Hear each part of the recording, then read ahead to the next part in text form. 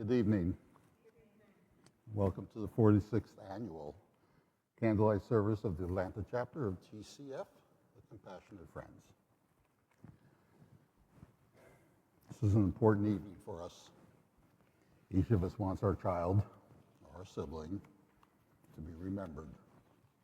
We mourn their passing, but celebrate the lives that they lived in a very special way that they touched our hearts. They changed our lives in so many beautiful ways. And that's what we come together to honor here tonight.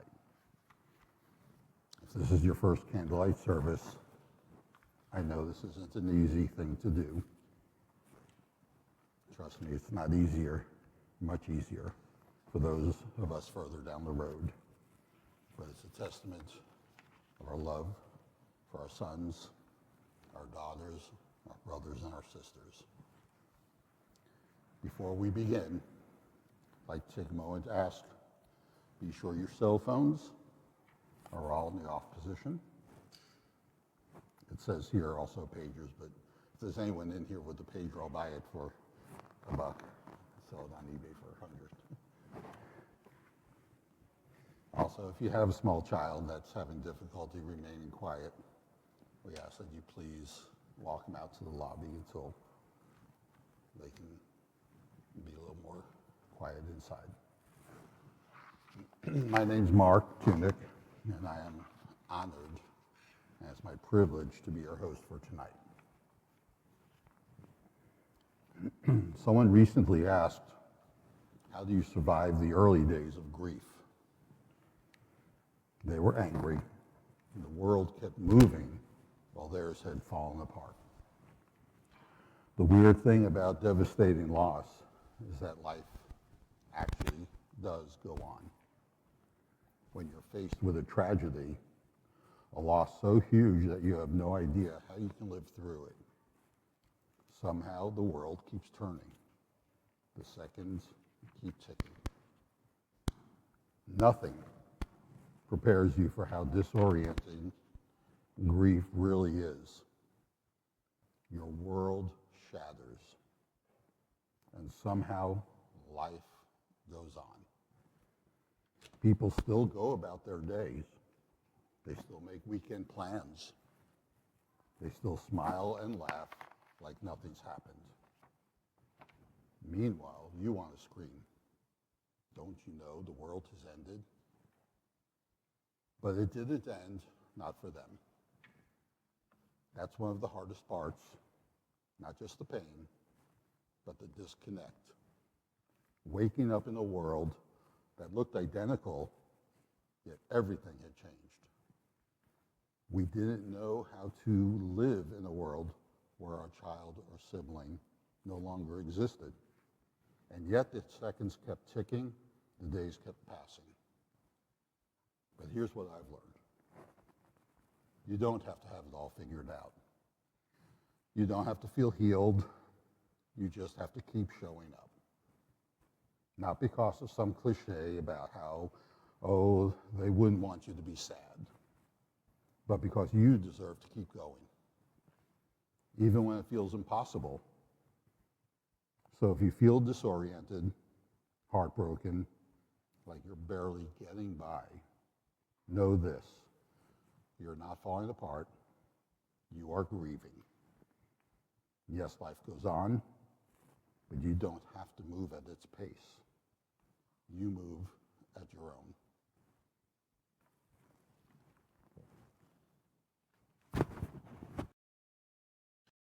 Honor all of our memories. Our children and siblings knew that they loved, but we tell them again and again by lighting candles every year, year after year, and remembering them with love.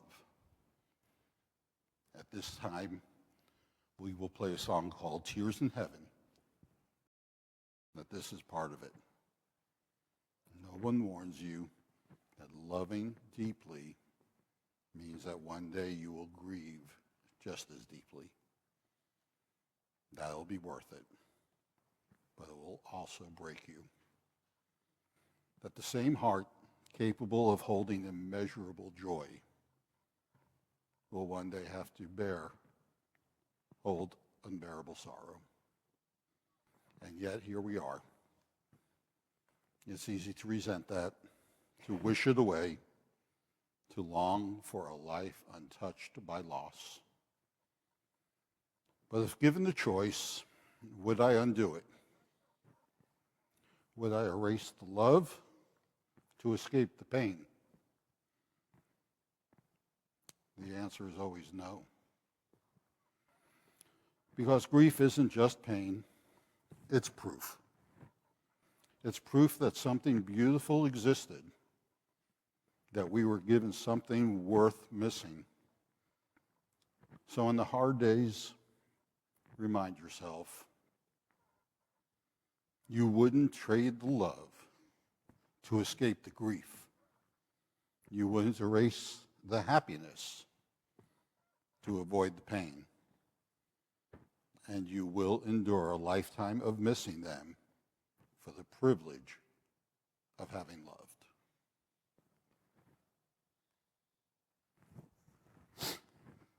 Before we proceed to the lobby for some refreshments, I want to thank those who helped with all the planning, the setup, and the staging of this memorable event. The monthly meeting can be a rewarding and fulfilling experience. Remember back to your own first meeting and what your journey would have been like if there had been no one there to tell you that you did not have to face the worst time of your life by yourself. That because of compassionate friends, you would never have to walk alone. If there are those among you that might be able to help with this effort, please see any of the steering committee members during the reception. I'd like to ask the steering committee members and those volunteers to please stand, be recognized. Everyone. Come on. Don't be shy. Come on, I've stood up here for an hour. You can do it for a few seconds. Thank you. Thank you for your help.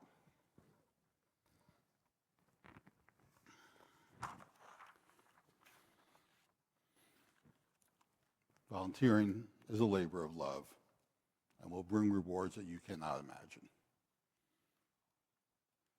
Many of us have special things that we do or have done in our children's memories, and this could be an opportunity to honor them as well. So please give it some thought.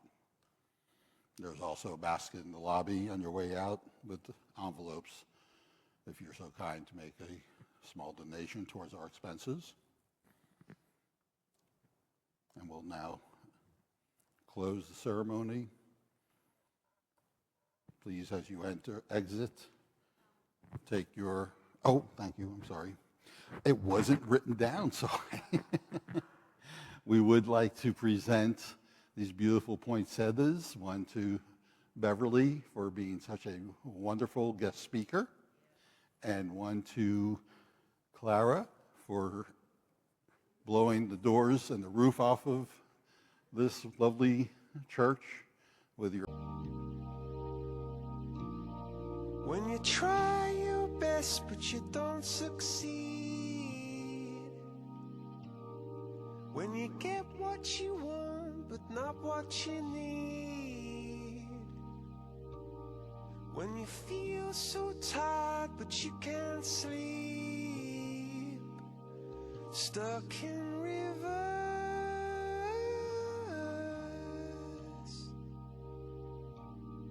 and the tears come streaming down your face, when you lose something you can't replace,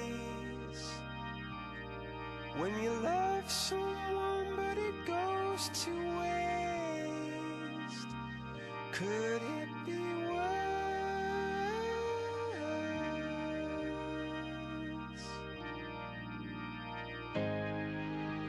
lights will guide you home and ignite your bones, and I will try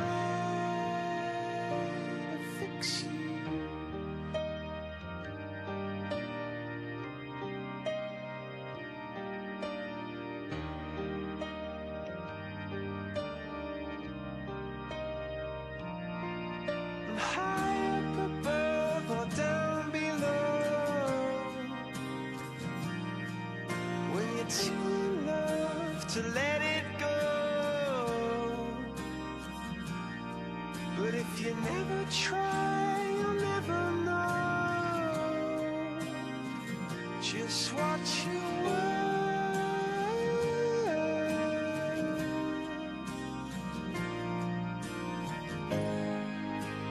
lights will guide you home and ignite your bones. And I will try to fix you.